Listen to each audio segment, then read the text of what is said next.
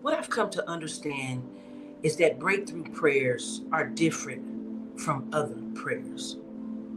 More than likely, when we're just praying, we're asking God for help, strength, or wisdom.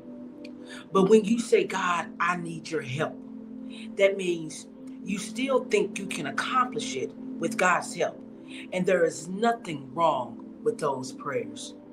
But in breakthrough prayers, you say, God, I can't possibly do this. It's beyond my ability.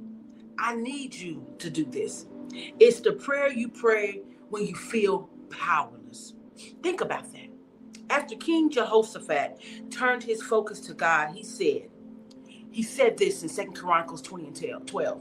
We are hopeless in the face of this large army that is attacking us.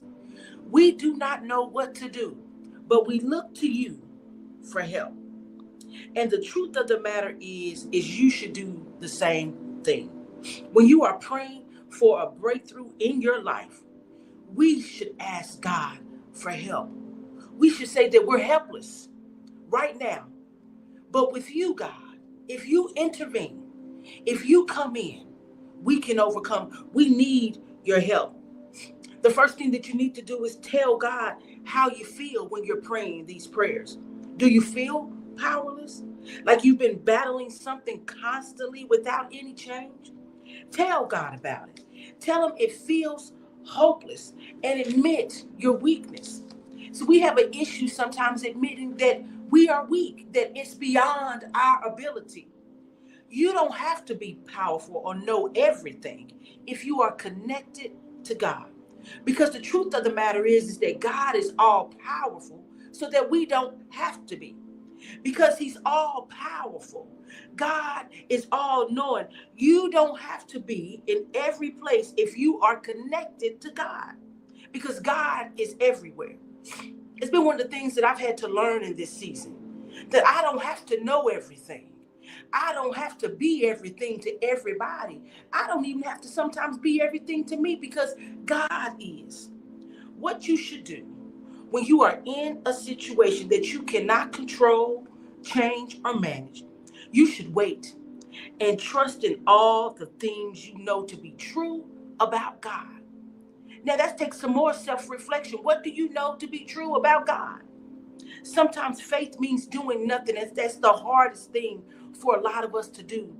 We don't know how to do just nothing, but sometimes that is exactly what faith looks like. You should just stand still. You wait and you trust. If you try to do something about it, it puts control back in your court. And we don't want control. We want God to take control. Because remember, God is all powerful so that we don't have to be. Here's what faith looks like in 2 Chronicles. All the men of Judah, with their wives and children, were standing there at the temple. This doesn't mean that they stood there for 5 minutes.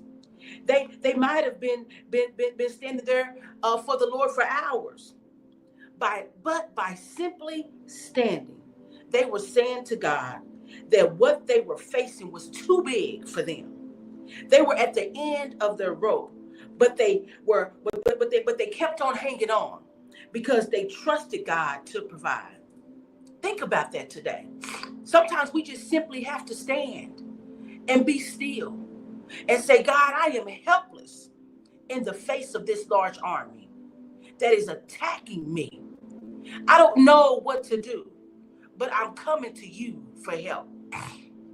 A lot of us don't know how to ask for help. We want to be able to do it within our own strength, within our own power, within our own wisdom and knowledge. But today I want you to think about something. Think about this in your own personal time. Ask yourself this question.